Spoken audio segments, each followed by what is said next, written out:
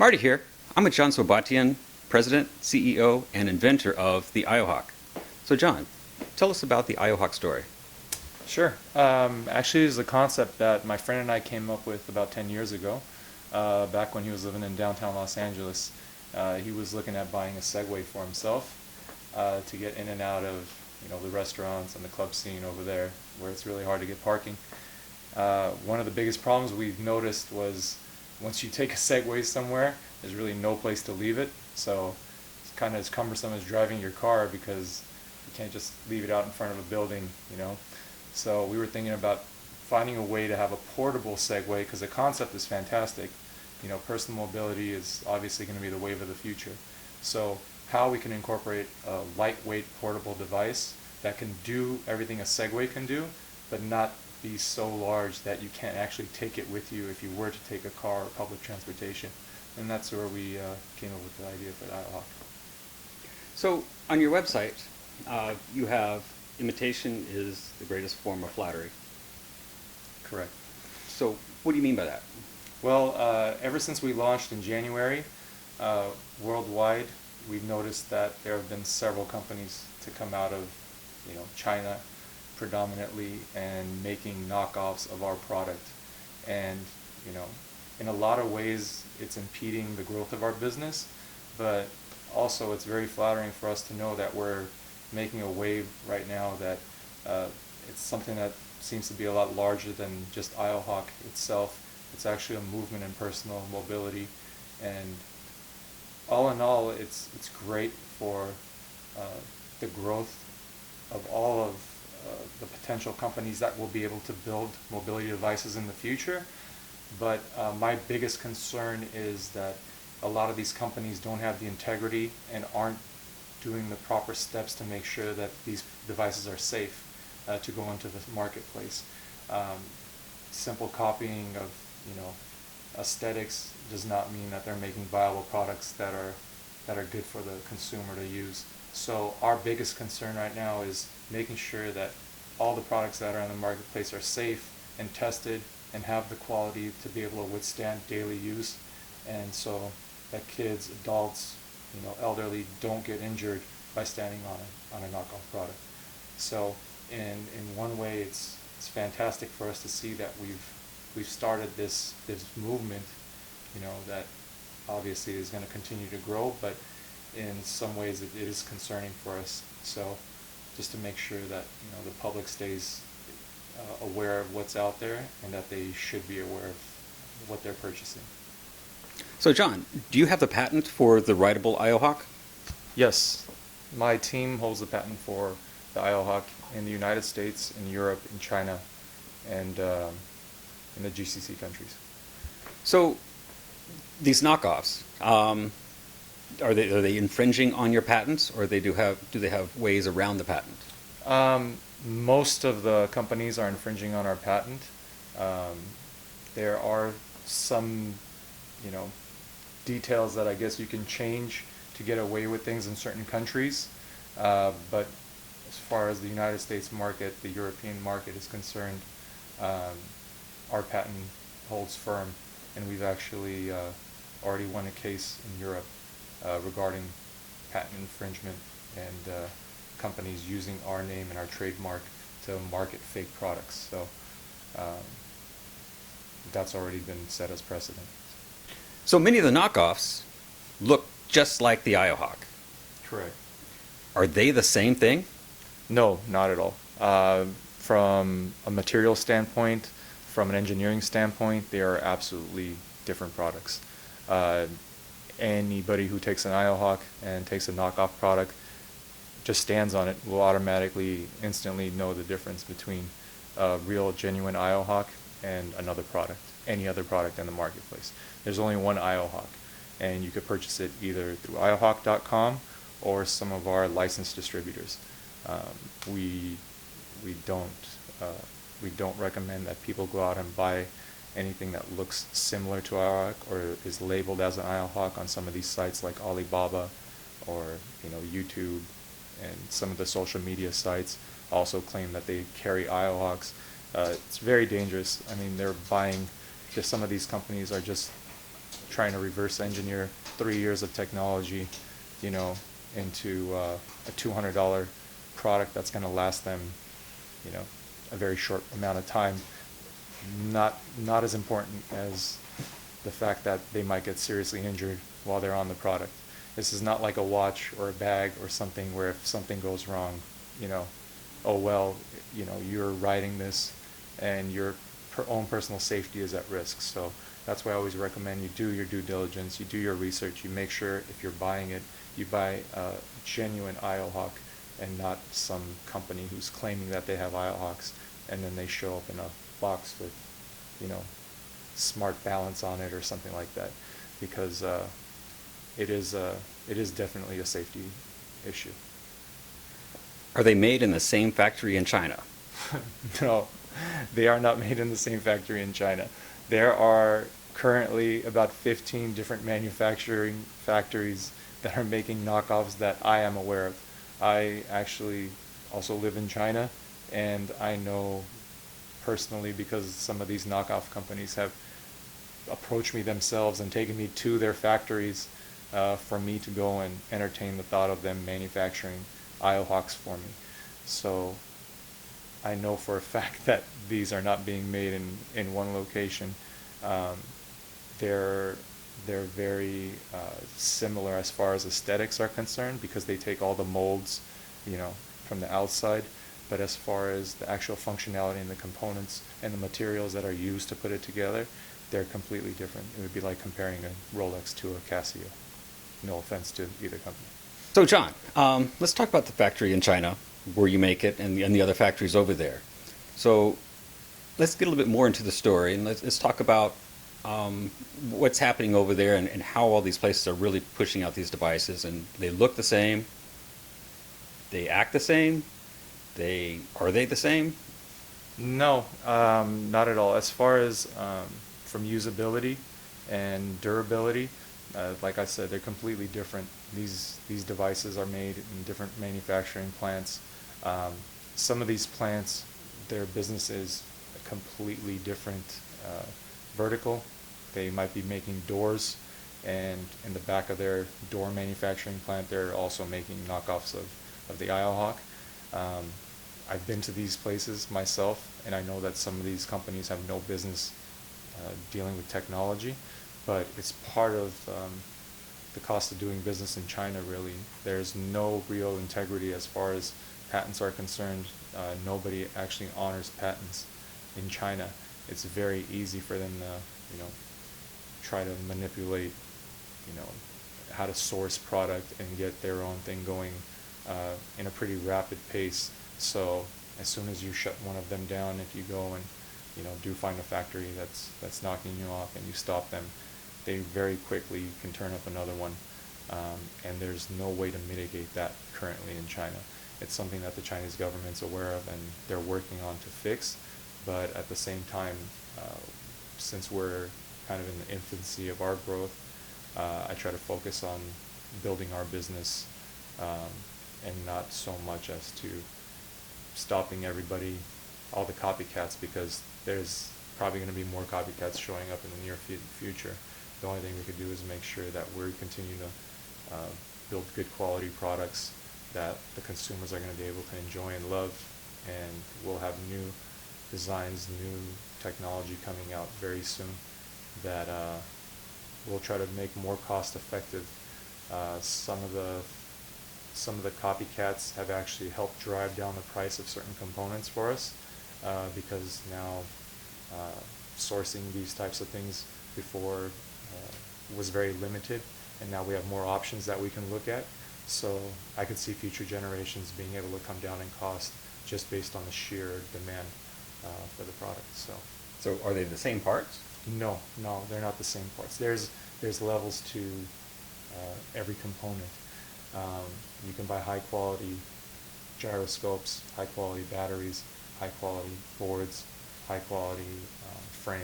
Everything, every component that goes in here can have a very high quality level, and now you can source a very cheap quality level as well. And that's how they get these $200 boards out there that only last a few days, because they're using cheaper components.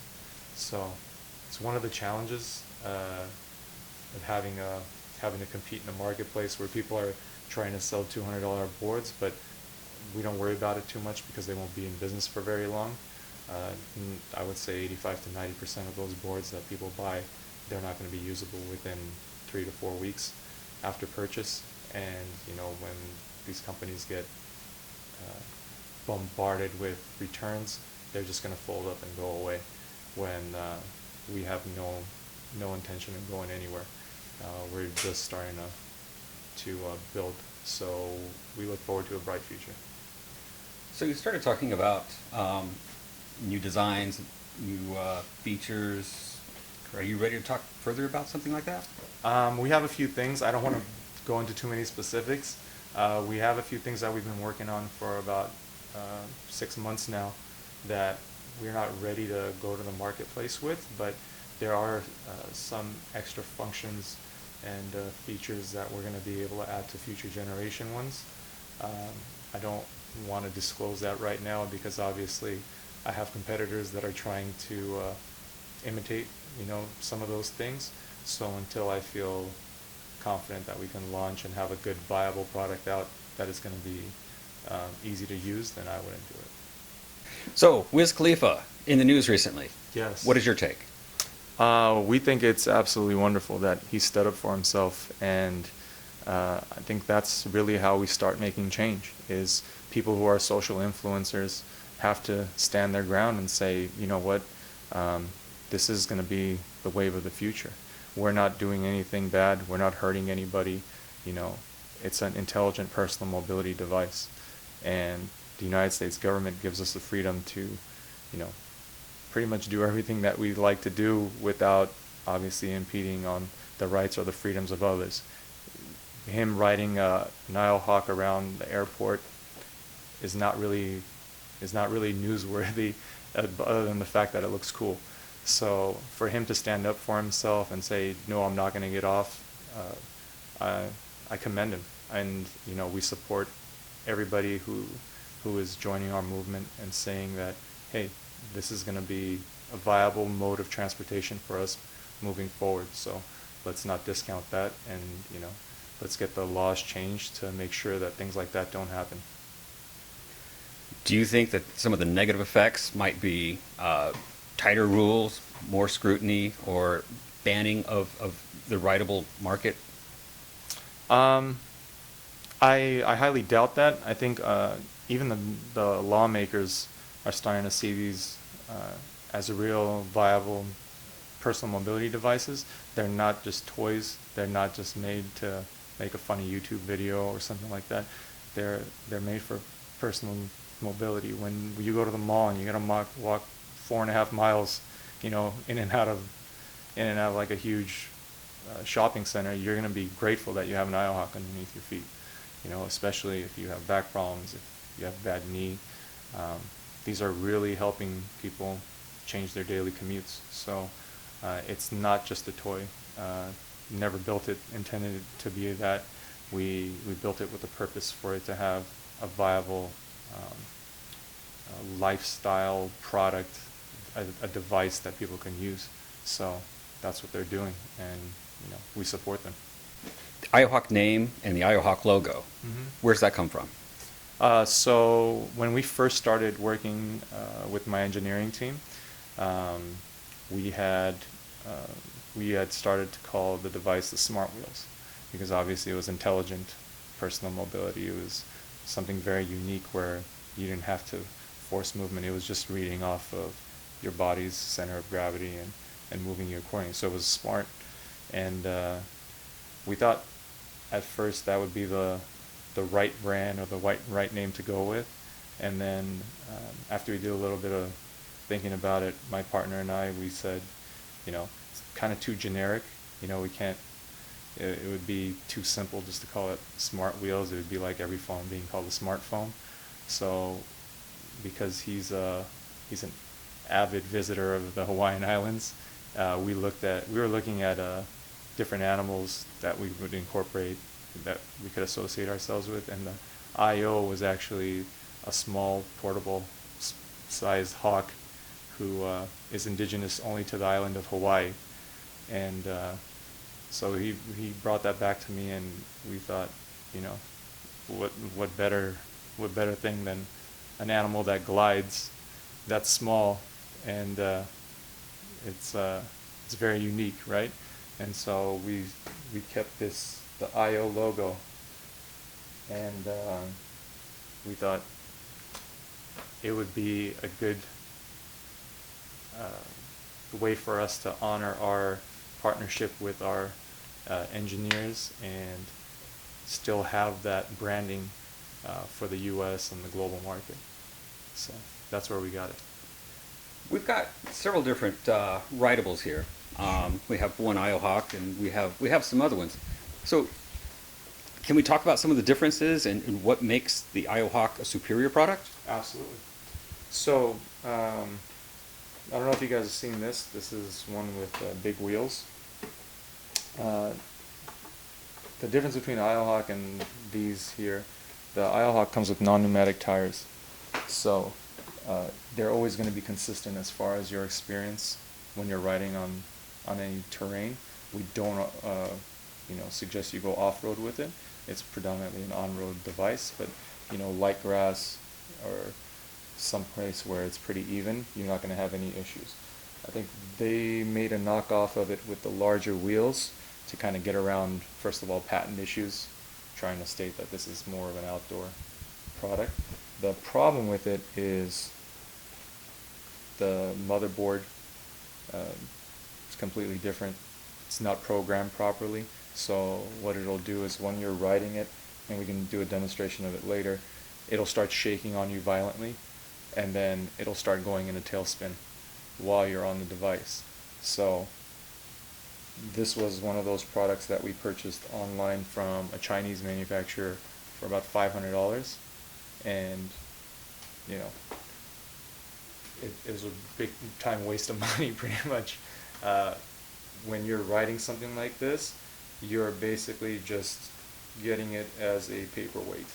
So you're not going to be able to go on the street or in the grass or anywhere and ride this without falling and killing yourself. This is very, very dangerous.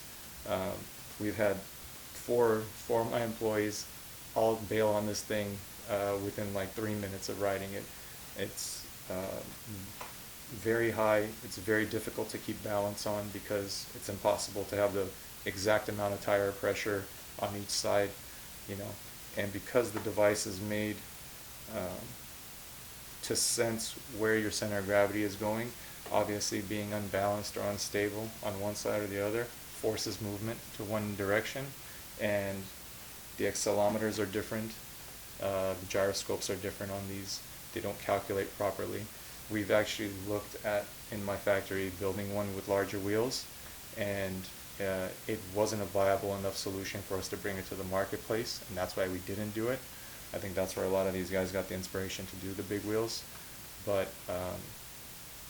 it's not a safe product.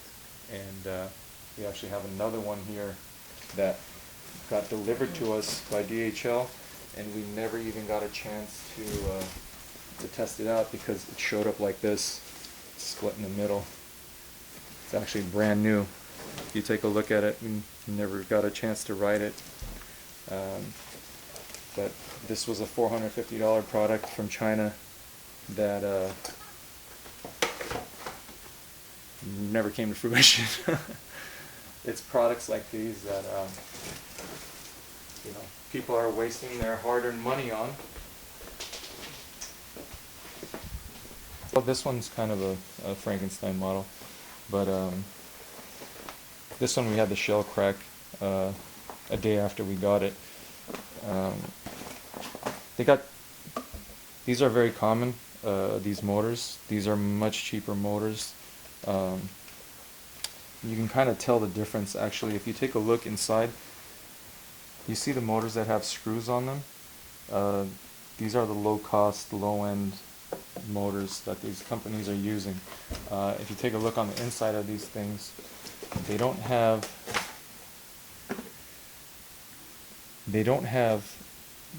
the proper frame.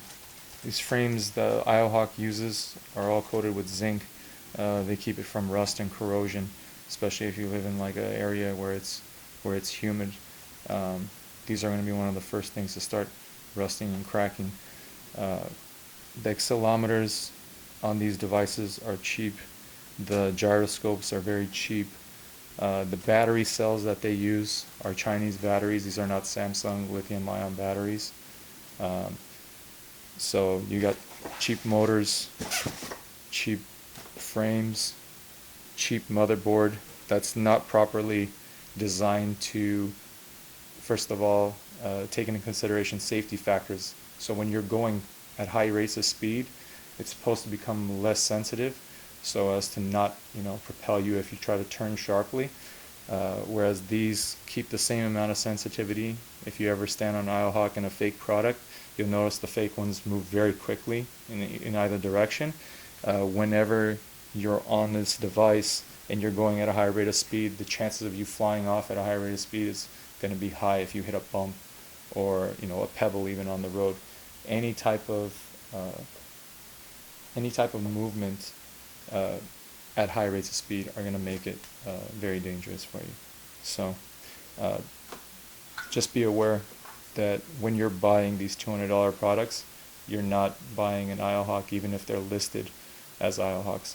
The only way that you know you're getting a true IOHawk is if they have the IO logo on the wheel, they'll have the IO logo on the pad, and they'll have the IO logo here and the foot pad when you press the button. Thanks, John. So I'm going to take some of these and do my own testing with it. Sure. I'm not afraid to fall. I can do that. So I'll give it a go, and I'll do some videos to talk about how it goes. Great. So as always, if you like my videos, please subscribe below. And if you want to save 20% on a real IOHawk, use code San Diego.